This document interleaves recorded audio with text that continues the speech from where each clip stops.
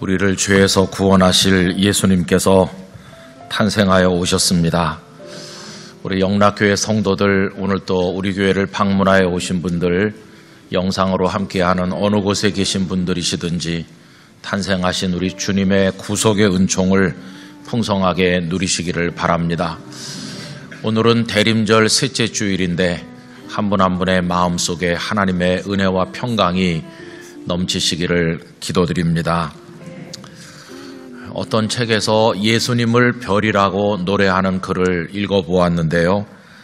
제가 한번 읽어드리겠습니다.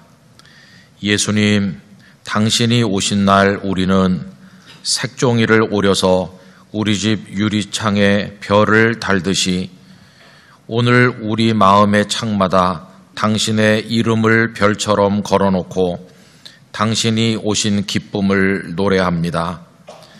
우리를 향한 당신의 사랑, 당신을 향한 우리의 사랑을 은방울 쩔렁이며 노래합니다.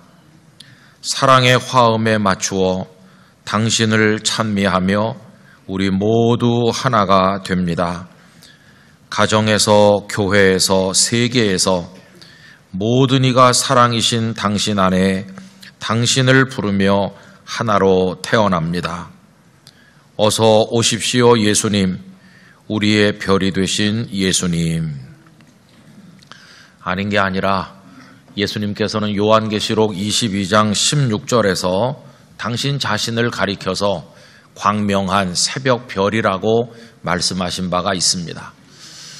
오늘 이 시간에는 우리 성탄절과 관련해서 별 이야기를 해보려고 합니다. 동방의 박사들이 별을 보고 예수님께 와서 경배한 이야기는 다들 너무도 잘 아시는 이야기입니다. 여기 동방이라고 하는 곳은 페르시아 지역일 것으로 생각을 하고, 박사라고 번역된 마귀는 천문학자 혹은 점성술사 혹은 어떤 분들은 아마도 그 지역에 왕인 사람도 있었으리라고 이야기를 하고 있습니다. 어쨌든 그 지역에서 굉장히 영향력이 있고 사람들에게 존경을 받던 사람들이 이분들이었는데, 어느 날 이분들이 하늘을 보다가 놀라운 별 하나를 보게 되는 순간 자리를 박차고 일어섰습니다. 왕이 나셨구나. 그래서 그들은 행장을 준비해서 유대인의 왕을 맞아 경배하기 위해서 먼 길을 떠나게 되었습니다. 여러분, 별을 보고 어떻게 그것을 떠올릴 수 있었을까요? 이런 추측이 가능하겠습니다. 그 페르시아 지역이라는 곳은 바벨론이 지배하던 땅이죠. 그런데 구약 성경에 보면 남왕국 유다가 바벨론의 느부갓네살 왕에게 멸망했고 많은 사람들이 포로가 되어서 그 바벨론 땅으로 끌려갔던 것을 여러분 아시지 않습니까? 그들은 끌려가면서 가슴 속에 여호와 하나님을 경외하는 신앙을 가지고 갔고, 또 그들 중에는 구약 성경을 간직해서 간 사람들도 있었을 것입니다. 그래서 그들은 그곳에서도 율법을 강론하고 거기서도 하나님을 경외했는데, 아마 이들이 가져간 그 신앙이 바벨론 땅에 살던 그 본토인들에게도 전달됐을 것이고, 그들 중에는 하나님의 말씀을 읽는 사람들도 있었을 것입니다. 그리고 그들의 그런 모습이 후대로 이어져 내려왔고, 여기 별을 바라본 박사들 중에 몇몇 사람들은 이 성경 구절을 알고 있는 이가 있었을 것입니다. 민수기 24장 17절에 보면 한 별이 야곱에게서 나오며 라고 말씀된 구절이 있습니다. 야곱은 이스라엘을 가리키는 것이고, 그 이스라엘의 후손들 중에서 세상을 비출 별이 나올 것이다. 그 별이 왕이요 구원자다 하는 것을 이들이 알고 있었기 때문에 그 하늘의 별을 보자마자 자리를 박차고 일어난 게 아니겠습니까?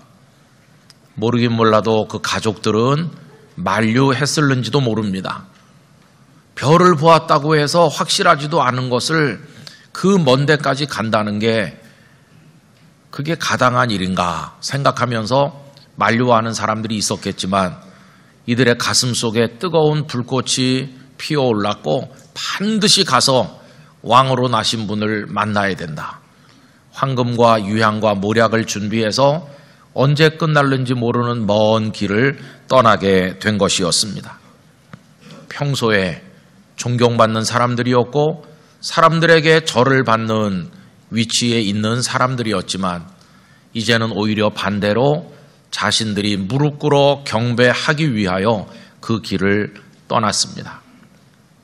그런데 여러분, 탄생하신 왕을 찾는 것이 그렇게 단순하지는 않았던 것 같습니다. 여러분, 우리가 평소에 착각하는 게 하나 있는데 그들이 보았던 별이 계속해서 그들을 베들레헴까지 안내한 것처럼 우리는 그렇게 생각하는 경향이 있습니다.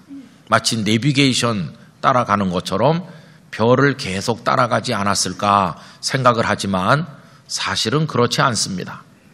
그 별은 동방에서 보았을 뿐이고 그 다음에 더 이상 나타나지 않았습니다.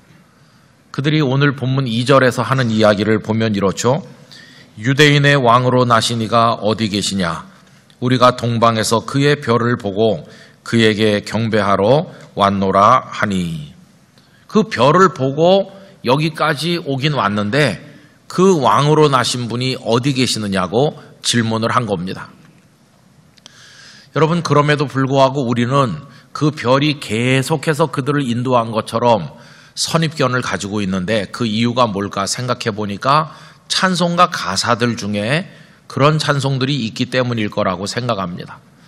예를 하나 들면 찬송가 116장은 이렇게 기록되어 있는데 1절 가사, 동방에서 박사들 귀한 예물 가지고 산을 넘고 물을 건너 별 따라 왔도다. 별 따라왔다고 하니까 별이 앞에 가고 이분들은 뒤따라 왔나 보다, 이렇게 생각하기가 쉽다는 것입니다. 그런데 여러분, 그들은 별을 따라온 것이 아니라 별을 본 다음부터는 자신들의 상식적 판단을 따라온 겁니다. 상식적 판단이란 이겁니다. 왕이 나셨다. 유대인의 왕이시다. 그러면 당연히 예루살렘 왕궁에 나셨을 것이다. 이게 상식적 판단이죠. 그래서 일단 예루살렘 왕궁까지 가면 될 것이라고 생각을 하고 따라서 온 것입니다. 그러나 와보니 자신들의 판단이 틀렸다는 것을 금방 알 수 있었습니다. 여러분, 왕왕 사람의 판단과 상식적인 생각들이 하나님의 뜻과 전혀 다르다는 것을 잊어서는 안 될 것입니다. 여러분, 우리의 상식, 우리의 판단을 따라 살지 말고 하늘이 땅보다 높은 같이 우리의 생각과는 전혀 다르신 하나님의 뜻을 따라서 살아야 될 것입니다. 그래서 질문하였습니다. 유대인의 왕으로 나신 이가 어디 계시느냐고. 충격을 받은 헤롯 왕과 그 측근 인사들은 서둘러서 사람들을 소집했는데 대제사장들을 비롯해서 서기관들이 모여들었습니다. 그리고 왕이 어디서 나셨겠는지 알아내게 한 것이죠. 이 대제사장들과 서기관들을 우리는 평소에 조금 비판하고 폄하하는 경향이 있습니다만은 성경에 대한 지식만은 대단한 사람들이었습니다. 그들은 머리를 맞대고 생각한 끝에 그곳이 베들레헴이라는 걸 금방 떠올렸습니다. 구약성경 미가서 5장 2절이 베들레헴에서 이스라엘을 다스릴 자가 나올 것이라고 예언된 걸 알아낸 것입니다. 미가서 5장 2절 말씀이 오늘 본문 5절과 6절에 이렇게 인용되어 있습니다. 이르되 유대 베들레헴이오니 이는 선지자로 이렇게 기록된 바, 또 유대 땅 베들레헴아 너는 유대 고을 중에서 가장 작지 아니하도다. 네게서 한 다스리는 자가 나와서 내 백성 이스라엘의 목자가 되리라 하였음이니이다. 여러분, 이들은 금방 거기가 베들레헴일 거라는 사실을 알아냈습니다. 성경에 대한 지식이 대단한 것이죠. 그러나 보세요. 하나님의 말씀에 대한 이들의 지식이 그들에게 어떤 유익이 되었나요? 아무 유익이 없었습니다. 왜냐하면 그들은 왕께서 베들레헴에 나신다는 걸 알아냈지만 베들레헴에 가지도 않았고 갈 생각도 하지도 않았고 그분께 경배할 생각도 하지 않았기 때문입니다. 성도 여러분, 잘 아셔야 됩니다. 지식이 우리를 구원하는 게 아닙니다. 말씀을 많이 안다고 구원받는 게 아닙니다. 그 말씀을 알았으면 그 말씀을 믿고 그 말씀에 따라 순종하면서 살아갈 때 그 믿음이 우리를 구원하는 것입니다. 그러므로 여러분, 지식을 넘어서 순종하는 믿음에 이르게 되시기를 기원합니다. 이 사람들은 베들레헴이라는 걸 알았지만 한 발자국도 베들레헴을 향하여 나아가지 않았습니다. 자, 이래서 이제 베들레헴이라는 걸 알아냈을 때 헤롯이 박사들을 불러서 저들이 알아낸 결과에 의하면 베들레헴이라고 합니다. 그러니 당신들이 가서 먼저 아기를 찾아 경배하고 다시 돌아와서 나한테 알려주시오라고 말하는데, 그 만면에 미소를 지은 헤롯 왕의 가슴 속에 얼마나 잔혹한 사륙의 칼이 숨겨져 있는지 이 박사들은 짐작하지도 못했을 것입니다. 여러분 보세요. 믿음에 이르는 지식이 아니다 보니까 하나님의 말씀의 지식조차도 악한 자의 악한 목적을 위해서 악용되는 것을 볼 수 있죠. 믿음이 아니면 성경 지식조차도 헤롯 왕의 사악한 계획의 도구가 되었다는 사실을 우리가 알게 된다는 것입니다. 어쨌든 이 박사들은 베들레헴이라고 한다 하는 이 정보를 가지고 이제 베들레헴을 향하여 발걸음을 옮기게 되었습니다. 여러분, 이게 무엇입니까? 그들이 구약성경 미가서 5장 2절을 통해서 그 말씀을 통해서 별을 봐서는 알 수 없었던 베들레헴이라는 곳을 알게 된 것이죠. 때때로 우리가 상식적 판단이나 우리의 인간적인 생각으로 길을 찾지 못할 때 우리 영락교회 성도들은 그 길을 말씀에서 발견하시게 되기를 바랍니다.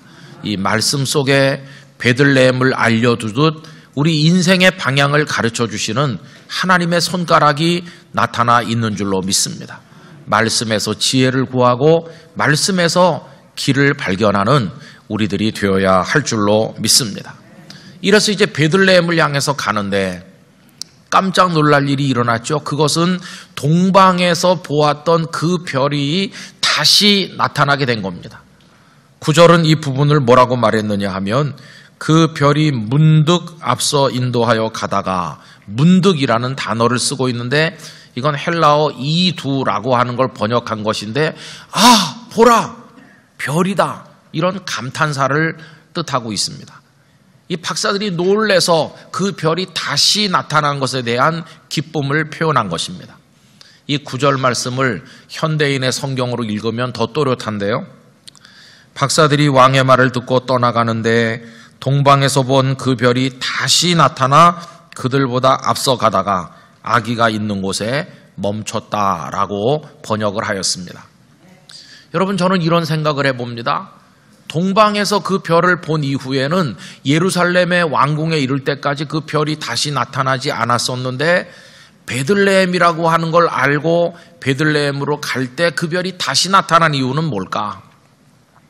하나님께서는 하나님의 아드님을 찾아서 엎드려 경배하기를 원하는 사람, 주님을 찾는 사람, 그 앞에 무릎을 꿇기를 원하는 바로 그런 사람들을 축하하시고 그들의 선한 노력과 그 애쓰는 마음을 격려하시기 위해서 그 별을 다시 보도록 해주셨다고 믿습니다. 오늘날도 주님을 향해 열심을 내고 주님의 영광을 위해 달려가는 사람들의 앞길을 우리 주님께서는 축복하시고 격려해 주실 것이라고 믿습니다. 이 별을 다시 보게 되는 순간 그들이 얼마나 기뻤는지 10절은 이렇게 기록하죠. 그들이 별을 보고 매우 크게 기뻐하더라. 보통 기뻐한 게 아니라 막 굉장히 흥분해서 별이다 이렇게 했던 것을 우리가 짐작할 수가 있겠습니다. 드디어 예루살렘에서 그리 멀지 않은 베들레헴에 그들의 발걸음이 닿았고 그 마구간 앞에 서게 되었습니다. 자신들의 생각이 얼마나 어리석었는가를 알았을 것입니다. 왕이심으로 당연히 왕궁에 나셨을 거라고 하는 자신들의 생각이 얼마나 틀린 것인지, 그 초라한 마구간에 누워 계신 하나님의 아드님을 생각하면서 하나님의 생각이 얼마나 특별한가, 얼마나 우리와 다른가 하는 것을 뼈저리게 느꼈을 것입니다. 그 초라함 속에 위대함이 누워 계시는데 그 속에 담긴 하나님의 뜻이 무엇인가 몹시도 궁금했을 것입니다. 무슨 문이 제대로 달려 있지도 않았을 그 초라한 마구간 안으로 그들이 발걸음을 옮겨 들어서는 순간 그들 눈에 들어온 게 뭐였을까요? 거기 동물들도 있었을 것이고, 그런데 거기 그분이 계셨습니다. 아기의 모습을 가지신 구원자, 왕으로 이 땅에 탄생하신 분, 그분이 거기 누워 계시는 걸 보는 순간 그들은 직감적으로 알았을 것입니다. 이분이야말로 길 잃은 인생들의 인도자요 별이시구나. 저 하늘에 떠 있는 별도 이분에 필적할 수 없고, 이 땅에 수많은 스타들이 있지만은 그 누구도 이분과 비교될 수 있는 이는 없겠구나. 이분이야말로 우리의 길을 인도하실 진정한 구세주로 이 땅에 나신 우리들의 별이시구나 하는 것을 느꼈을 것입니다. 자신들도 모르게 그 앞에 무릎을 꿇고 평소에 사람들에게 존경받고 절을 받던 이들이 이제는 이마를 땅에 대고 엎드려 깊이 그분께 경배를 올렸습니다. 성도 여러분, 성탄절에 성도들이 가져야 될 태도는 엎드림이라고 생각합니다. 언제 무릎을 꿇어 보았었는지, 언제 무릎 꿇고 엎드려 기도를 드려봤는지, 우리들은 뻣뻣하게 앉아서, 다리를 꼬고 앉아서 하나님 앞에 교만하기 이를 데 없는 모습으로 몇 마디 했을 뿐이지, 무릎을 꿇고 엎드리는 모습으로 그분을 찬양하고 경배하고 영광 돌린 일이 도대체 언제였었는지, 굳어진 우리의 근육을 풀어서 우리의 굳어진 뼈 마디마디를 다시 움직여서 우리 주님 앞에 겸손하게 무릎을 꿇는 그 본래의 기본 자세로 우리 모두가 돌아가기를 간절히 원하는 것입니다. 성지에 가셨던 분들은 아시겠지만 거기에 예수님의 탄생을 기념하는 예배당이 세워져 있죠. 328년에 콘스탄틴 대제의 어머니인 헬레나 여사가 그곳을 방문해서 예수님의 탄생했다는 그 자리에 예배당을 짓게 했는데, 세월이 많이 흐르고 여러 우여곡절 끝에 드디어 339년 5월 31일에 정식으로 봉헌을 하게 되었습니다. 이 예배당에는 화려한 문들이 여러 군데 있었다고 합니다. 그런데 나중에 이슬람 교도들이 말을 타고 들어오는 걸 막기 위해서 그 문들을 전부 다 막아버렸고, 엎드려 마치 기어 들어가듯이 해야 들어갈 수 있는 아주 작은 문 하나만을 남겨두었습니다. 몸집이 좀 크신 분은 잘 들어가는데 불편함을 느낄 정도로 작은 문 하나가 현재 남아서 모든 사람들이 엎드려야 그리로 들어갈 수 있습니다. 엎드림, 그게 바로 탄생하여 오신 주님을 영접하는 기본 자세입니다. 그렇게 들어가 보면 안내인이 말해줍니다. 저기가 그분이 누워 계신 곳이라고. 거기 가보면 바닥에 큰 별을 만들어 놓았는데, 첫째로는 예수님의 나심을 알렸던 박사들이 보았던 그 별을 떠올리게 하는 것이고, 또 하나는 이분이야말로 진정한 인류의 별이시다 하는 것을 선포하는 의미가 있다고 생각을 합니다. 사람들은 거기 줄을 서서 엎드려 무릎으로 기어가서, 어떤 이는 거기 입을 맞추고, 어떤 이는 거기다 손바닥을 대고 이마를 거기 가까이 이마를 가져다 대는 것을 봅니다. 거의 그렇게 오고 오는 많은 사람들에게 그분의 모습을 느낄 수 있도록 만들어 놓았습니다. 예수 그리스도는 우리의 영원한 별처럼 이 땅에 탄생하여 오신 것입니다. 여러분, 이 이야기가 다 너무나도 익숙하게 아시는 이야기고, 오늘 마태복음 2장 1절로 12절까지가 전해주는 이야기입니다. 오늘 저는 이 이야기를 다시 한번 이렇게 읽으면서 두 가지 기도를 성도님들과 함께 하나님 앞에 드리고자 합니다. 첫째 기도는 이제는 예수님만을 우리의 별로 모시고 그분만을 바라보고 살아가기를 원하는 것입니다. 여러분, 그분은 밝은 별처럼 어두운 인생길을 걸어가는 우리의 앞길을 비추셔서 실족하지 않고 목적지에 도달하도록 인도해 주실 줄로 믿습니다. 전에도 말씀드린 것처럼 전 한 20년쯤 좀 무더운 여름, 뜨거운 여름 그때 80리터짜리 배낭을 메고 걸어서 많은 날을 간 적이 있습니다. 경상북도 영양 버스 터미널에 내려서 영양을 거쳐서 거기 봉화, 현풍, 태백, 정선, 평창 그 뜨거운 여름날 하루에 20km, 30km 혼자서 걸어서 오대산 밑에 도착했을 때는 해가 지는 저녁 무렵이었습니다. 등산객들이 다 하산하는 때 저는 산 아래 도착을 했습니다. 국립공원을 관리하시는 직원들이 만류했지만 잘 말씀을 드리고 허락을 받아서 저는 해 지는 그 시간에 산에 오르게 되었는데 그날 밤새도록 산을 걸어서 1500m가 넘는 산을 넘어서 그 다음날 아침 4시가 넘었을 때 산 맞은편의 도로에 도착을 했습니다. 여러분 평생 잊을 수 없는 경험이었습니다. 산속에 아무도 없고 저 혼자 걷는데 무섭지도 않고 어두운 줄도 몰랐습니다. 그날 밤에 제가 처음으로 경험한 건 별빛이 이렇게 밝은가 하는 것이었습니다. 하늘의 별이 얼마나 많이 흩뿌려져 있는지 그 별들이 저를 비추는데 그 산을 한밤중에도 잘 넘을 수 있었습니다. 그날 밤에 제가 가슴속에 받은 것은 가는 길이 어둡다 할지라도 인생길이 캄캄하다고 할지라도 주께서 별처럼 비추시고 인도하신다면 저 영원한 천국에 능히 도착할 수 있으리라. 그런 생각을 아주 진하게 하게 되었습니다. 영락교회 성도 여러분, 예수님만을 진정한 별로 바라보시기를 바랍니다. 그리고 그분의 빛을 받아 가시기를 바랍니다. 세상에는 거짓된 별들이 너무나도 많이 있습니다. 헤롯이 그런 존재입니다. 베들레헴이요 이렇게 알려주고 다시 내게로 오라 이렇게 말하는 거짓된 방향을 일러주는 자들이 얼마나 많은지. 세상에 많은 거짓 별들이 있어서 사람들을 현혹하고 있는데 우리를 생명회로 인도하실 유일한 분은 예수 그리스도뿐이시고 우리를 영원히 비추실 분도 예수 그리스도 한 분밖에는 없습니다.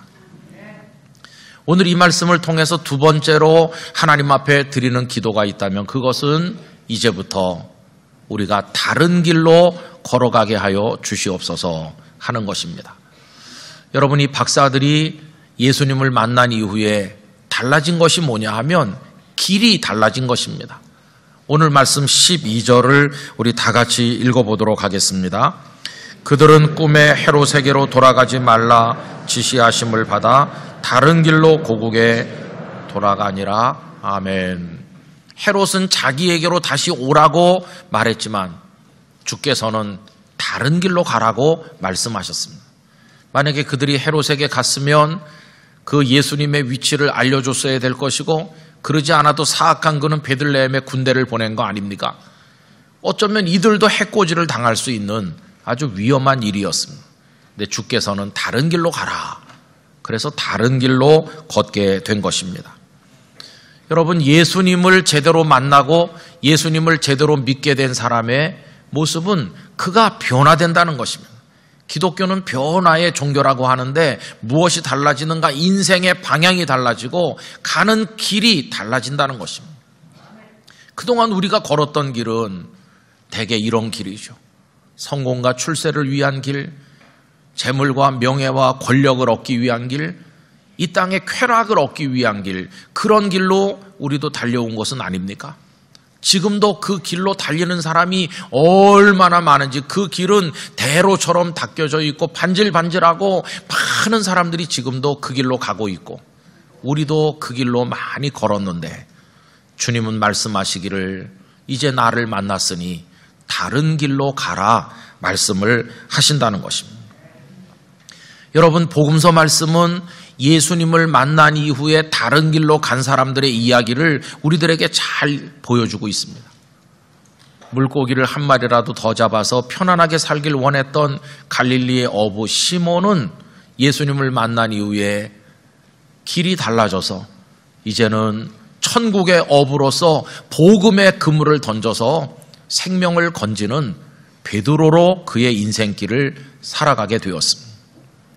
돈에 눈이 멀어서 돈이라면 내가 세리라도 될 수 있어 이렇게 생각하면서 가버나움의 세리가 되었던 돈에 눈먼 마태, 그는 예수님을 만난 이후에 이 땅의 물질이 아니라 하늘의 보화를 쌓는 사람으로 예수님의 제자 마태로 다른 길을 걸으면서 마태복음을 기록해서 오늘 우리에게 읽게 해 주었습니다. 여러분, 삭개오, 그런 그 세리들 중에서도 성공해서 여리고라는 큰 도시의 세리장으로 치부했지만 예수님을 만난 이후에 그는 치부했던 것들을 다 비우고 베풀고 나눠줌으로써 이 사람도 아브라함의 자손이라고 이 집에 구원이 이르렀다고 하는 축복을 얻는 구원의 길을 걷는 사람으로 바뀌게 되었습니다. 여러분, 사내들인 공회회원으로 자부심이 대단하고 율법을 잘 알아 가르침으로 사람들에게 랍비라고 존경받던 니고데모, 그는 어느 날 밤중에 예수님을 찾아와서 그분을 깊이 만난 이후에 중생하는 것, 물과 성령으로 거듭나는 것이야말로 진정한 생명의 길이라는 것을 깨닫고 그 길을 걷는 사람이 되질 않았습니까? 태어날 때부터 로마 시민권을 가지고 가말리엘의 문화에서 수제자로 공부했고 유대 지도자들에게 총망을 받으면서 그러면서 율법의 의로는 흠이 없노라 자랑했던 청년 사울, 그는 다마스커스로 가는 길을 걸었는데 그 길은 예수님을 핍박하는 길이요, 예수님을 믿는 사람들을 잡아오는 길이었죠. 그런데 그는 그 길 위에서 예수님을 만났고 이제는 길이 달라져서 예수님을 위해서 복음을 증거하는 복음 전도자 바울의 길을 가게 되질 않았습니까? 여러분, 이 복음서 성경은 예수님을 만난 사람들이 어떻게 길을 바꾸어 걸어갔는가, 그걸 우리들에게 보여주고 있는 것입니다. 그분들이 걸어가신 길들, 그 이후에 2000년 동안 우리 믿음의 선배들이 걸어간 그 길을 예수님은 좁은 길이라고 이름을 붙이셨습니다. 좁은 길. 그래서 찾는 이가 많지 않은 길, 길이 구불구불하고 험한 길, 돌부리에 채이고 넘어져서 피를 흘리고 숨이 가쁜 그 길, 그 길이 오늘 우리들이 걸어가도록 지시를 받은 새로운 길인 것입니다. 여러분, 그 길은 어려운 길이지만 동시에 축복의 길입니다. 왜냐하면 예수님께서 같이 걸어가시기 때문입니다. 그리고 그 길의 끝은 영원한 천국으로 이어져 있어서 그 길을 걷는 사람은 영생의 나라에 들어가게 될 것입니다. 여러분, 지금까지 나는 어떤 인생을 살았나? 무엇을 바라보며 어떤 길을 누구와 함께 달렸나? 가만히 생각을 해보면서 이제는 다른 길을 걸을 수 있으면 그 길을 주님과 함께 걸어야 될 줄로 생각합니다. 죄인의 길을 양심의 가책도 없이 걸었다면 이제는 용서를 받고 의롭다 인정받은 성도의 길을 걸어가야 될 것입니다. 욕망의 길을 달려왔다면 이제는 거룩한 길을 걸어야만 되겠습니다. 내려놓을 거 다 내려놓고 이제는 영혼이 맑은 성도가 되어서 그 길을 걷게 되기를 원하는 것입니다. 움켜쥔 것 같지만 평화는 없고 고통만 겪는 그런 길을 걸어왔다면 이제는 예수님 안에서 참 평안, 참 기쁨이 있는 길을 걷게 되시기를 축복합니다.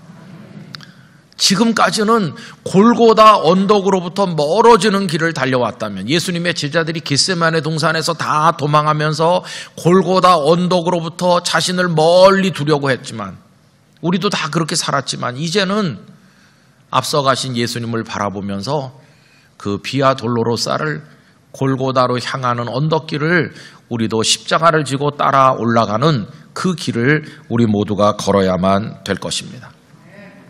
그 길은 믿음 없이는 못 가는 길이요, 주님을 사랑하는 이가 가는 길이요, 그 길을 걷는 자를 가리켜 거룩한 순례자라고 부르는 것이고, 그 길은 영원한 생명의 길이라 불리는 것입니다. 예수님께서 내가 곧 길이요 라고 하셨으니 이제는 그 길을 따라 별 대신 주님의 인도를 받아 나가게 되기를 원하는 것입니다.